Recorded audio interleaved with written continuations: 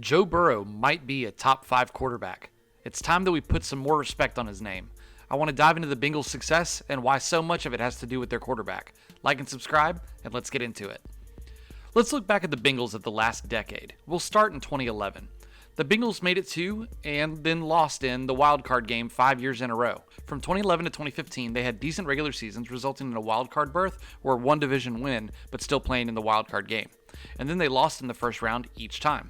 The vast majority of those losses were blowouts as well. Then, for whatever reason, they dropped off a cliff and didn't have a winning season from 2016 until last year. The 2019 campaign ended at a record of 2-14 and was what led them to Joe Cool becoming their new franchise quarterback. So Burrow's first year was cut short due to injury, but it's not like he was setting the world on fire or winning many games. He went 2-7-1 in his 10 starts, averaging 268 yards on 65% completion. He threw for 13 touchdowns against 5 interceptions. He also ran for 3 TDs and 142 yards. So he took good care of the ball, but wasn't getting in the end zone incredibly often. The team ranked 29th in offense at the end of the year with the 22nd ranked defense. Now, that side of the ball does become important, but I believe much of it is predicated on the success of the offense behind Joe Burrow. Let's get to last season. In 2021, the Bengals finished with a respectable 10-7 record. They hadn't had much preseason hype, and many expected Burrow to take a while to get back to full strength.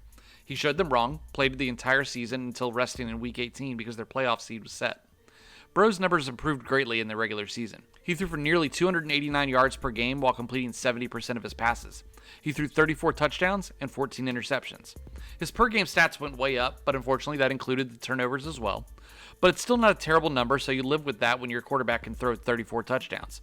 I should also mention that he ran for 2 touchdowns and only 118 yards. This is important in a little bit. But once they got to the playoffs, we saw a different Joe Burrow. He averaged a whopping 329 yards per game and took great care of the ball.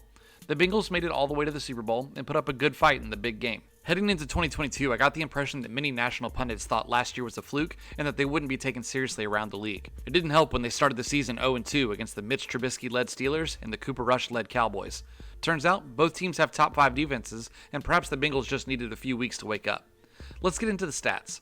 Burrow is now averaging 288 yards per game on 69% completion, nearly identical to last year. He's thrown 25 touchdowns against just 8 interceptions. His TD rate has dropped by about 0.05%, but his INT rate dropped by 0.21%. At this rate, in 17 games, he'll throw 35 touchdowns and just 11 picks. Then those rushing numbers that I mentioned would be important later. He's rushed for 5 touchdowns so far this year and 229 yards. His highest totals of his career, he's being far more aggressive. So I mentioned the defense was a big factor in their success as well, so let me touch on that quickly. They went from the 22nd ranked defense in the league in 2020 up to 13th this season. That to me is a direct result of the Bengals' third down success this season. They're third in the league in third down conversion rate, sitting at 48.3%. Last year, they were at 40%, and in 2020, they were all the way down at 36%.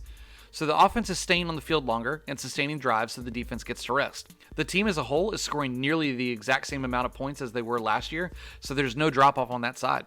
They're averaging 32 minutes time of possession this season compared to 30 minutes last year as well. That makes a big difference over the course of a season. So Burrow has made the entire team better each year, but let's look really quickly at my original claim that he might be top 5 before we end the video.